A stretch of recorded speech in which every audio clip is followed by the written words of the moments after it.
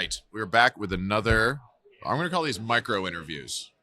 How do we feel about that title? I think that's good. Micro interviews. Yeah. We're with Pamela Gagnon, who is she's gymnastics expert.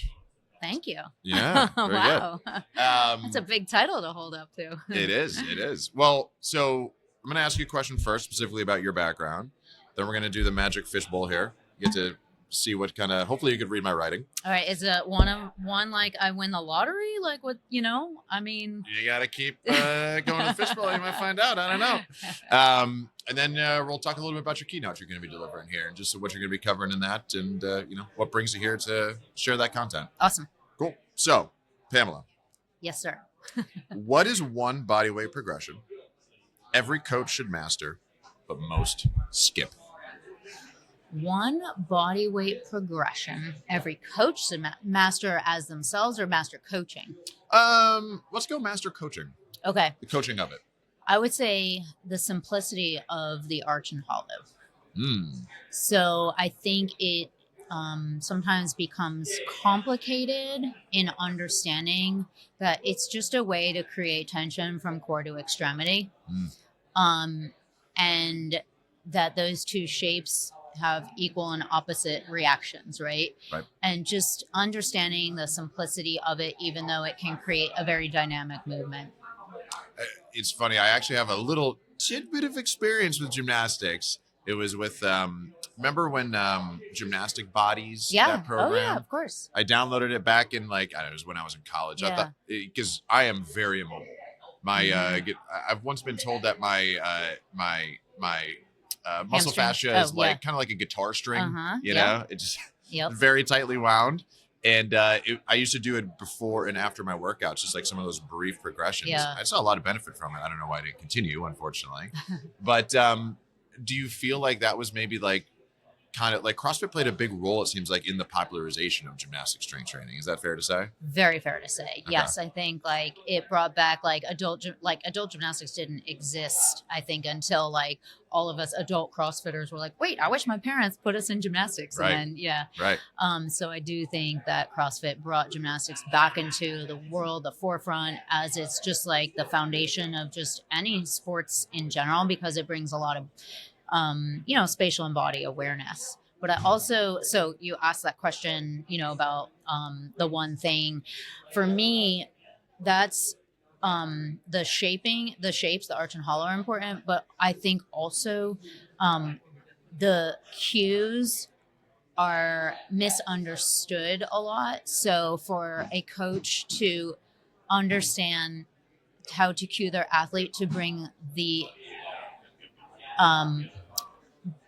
rig to them versus them up to the rig, whether it's pull-ups, toes to bar muscle-ups, that will be a game changer too. Just like if we were to cue an athlete when they deadlift to press their feet down through the ground instead of lifting the barbell up. So when I have coaches understand how to cue their athletes, bring your palms to your toes for toes to bar versus your toes up to the bar, that stops a lot of those weird swings. It without the athlete understanding it's firing their muscles. So when a coach cues fire your lats, nobody understands that. Athletes don't understand. They know where their lats are. They don't know how to fire them. So you need to understand as a coach, okay, that word's not working, that cue's not working, so what's going to work? And it's usually how to bring the object to you, not you to the object. Yeah, I have a powerlifting background, so the bench press, for example, made a lot of sense to me when I thought about pushing my body away from the bar. Yes. As opposed, so I'm right with you there. Yep. I'm going to be a little selfish here. I'm going to get some personal coaching. Let's do it. So my background's always been in powerlifting and hypertrophy training. Self-admittedly, I'm not a CrossFitter. I don't know. I'm looking around. It's all right. I'll still sit. I'll still sit and interview with you. Thank you. I just don't tell anybody. This is a secret. It has to be safe here. But I'm definitely interested in increasing my range of motion. Definitely interested in having more just competency over my body weight. Yeah. So I've always been really intrigued by gymnastics progressions. Is there an 80-20 for someone like me who's just, 34, relatively immobile, decent strength levels, but, it just I can touch my toes. Let's leave it at that. That's Yeah. probably the extent of my mobility or range of motion capabilities right Yep. now. Like, what's a good place for someone like me to start? So, I would say most of our issues are in like lower back pain, hip, right, mobility, or shoulder mobility. So, if you're looking to get better at the gymnastic side of things, just kind of pick one of those, like, okay, shoulder mobility, or is it flexion, right? Is it the toes to bar really hard because your your hips are tight, or your hamstrings are tight, or you have lower back pain? So kind of just start with one thing that you really want to improve. Most, I would say, CrossFitters would say their shoulder mobility is kind of hindrance to Fair to say. yeah, Fair to say. to handstand work and to getting in better positioning. So just understanding, like, all right, drills don't have to be like stretching, quote unquote, doesn't have to be boring and ineffective, right? So there's a lot of things on my Performance Plus app. Doctor of PT, Zach Long is my business partner, and we have a ton of like prehab. It's called Bulletproof Shoulders, and Nice. it's going to build your mobility, your flexibility, but also your like muscles to protect the ligaments and tendons as well too, as we kind of hang from the rig or move through space or pick up to a handstand as well. So pick one thing, don't get overwhelmed, and then find a good program like our Bulletproof Shoulders. little plug there. Absolutely. Of like, hey, all right, they're gonna break it down. I don't have to reinvent the wheel. Right. Like, why would I have to overthink how to do it when it's written here 10 minutes a day, few days a week? Like, it doesn't have to be. That's the thing too, like, we get hyper fixed on like having to spend so much time on something. If you just do a few minutes every day, over time that adds up. What would be a good goal for someone like me to aspire to? Like, I saw, what is that guy's name? The guy, pop star, mustache. I wouldn't know because I like never follow pop culture. Benson Boone. Oh, That guy. okay. I live in Austin, and there's a Austin City Limits, and I was rewatching some of the sets. Yeah. His ironically was from last year. I Yeah. thought it was from this year, but he's doing these crazy round offs into backflips and stuff like that. And there's a little part of me that that Really? wasn't the athleticism that I ever was able to develop. But there's like, yeah, that'd be pretty cool to be able to do. But obviously, 34, no experience, maybe that isn't as realistic. Yeah. What would be a really good goal to work towards someone like me in this arena? Yeah, I mean, it like, if I was your coach, I'd say, hey, what is one goal you want to use your mobility for? And then video it. Month 1, month 2, week 4, week 6, like, and so it's really, goals are good, but also can intimidate us.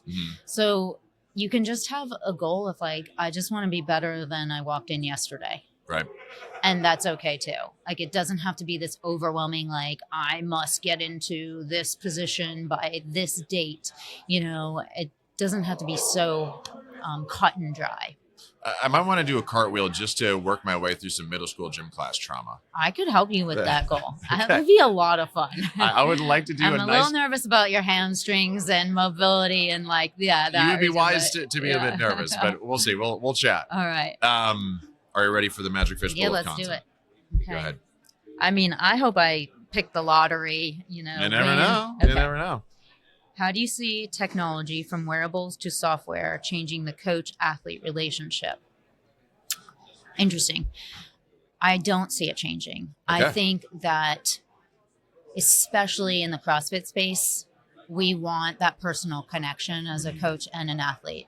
Athletes come to the CrossFit space because they can use their wearable at a Globo gym and they're still not really getting the results they want. And why aren't they getting the results they want? Because there's not accountability. That's a human connection, And so I don't really fear it. I think it's a tool, an accessory tool. I use it that is helpful. But I think in reality, we'll all come back to human connection is the most important thing. Surrounding yourself with people who are like-minded with goals that you want is the wearable technology, right? You wear your heart on your sleeve when you walk into that gym like and that, become vulnerable. And so that's that's what we're going to do. How do you use technology? Is it just an Apple Watch? Is there a particular app you use? Like, is there a little bit of it that you have found valuable? Yeah, I have a Garmin, and I love it because it just, allows me to know, like, hey, I walked, a good amount today, or I rested and it's okay. For me, it's actually, it gives me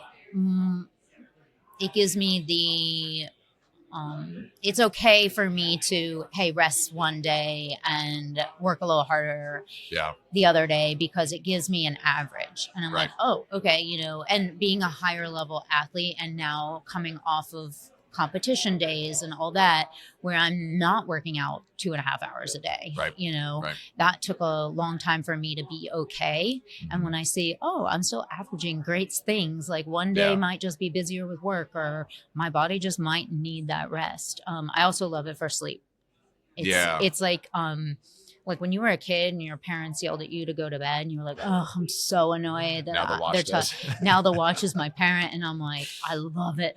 That's great. Like, yes, I need to be yelled at, so. I can't remember who said it, but like everyone sets an alarm to wake up, but the alarm you really need to set is the alarm to go to sleep. Yep. And like put the phone away and bring out a book, and I'm guilty of the late night doom scroll. It's gotten me. We all are. And then I get mad at myself. I'm like, why did I just spend a half hour doing nothing? And it quite literally is nothing. Like if you actually, like if I always ask myself this question, like if I had to write down on paper what it is that I did for the last 30 minutes, like I couldn't fill very many sentences up, I don't think. Yep. But anyhow, tell us about your presentation you're going to be giving here at Affiliate Con. Yeah, so I just gave one. Amazing turnout. It was about fun and effective drills in a CrossFit class that you could use for any gymnastic skill. So we kind of went over really how to build on each drill, but also give very quick cues to make it effective, and work in groups because it's fun. And we're here for community, like, we were just talking about, like, we're here to connect with people. And tomorrow I'm going to do a clinic or a breakout with Mayhem. I write their gymnastics for their affiliate, and we're going to talk about why we program the way we do. And I'm going to kind of give like a mock class of how I would coach the gymnastics Mayhem affiliate portion. Nice. And then I have my last one is how to teach the higher level skills to an entire class setting. So I find a lot of gyms shy away from the ring muscle ups, handstand walks, bar muscle ups, because they're like, oh, only 3 people in my gym can do it. But if we, never program it, we don't give a goal for people to chase. One, we don't then give a foundation for athletes who may never get to that goal, but need still the foundation. And 3, we need to let those athletes shine that can do it. Yeah. That's fun stuff. So if you have earned it, like, we want to give you a spot to shine. So I love it. Well, you're going to be very busy. You have a very busy weekend. I do. Yes. But I appreciate you taking the time to stop by our booth. It's been awesome. Thank you. Love Watify as well too. Thanks. Thank you. Pamela Gagnon. Thanks for joining us. Thanks.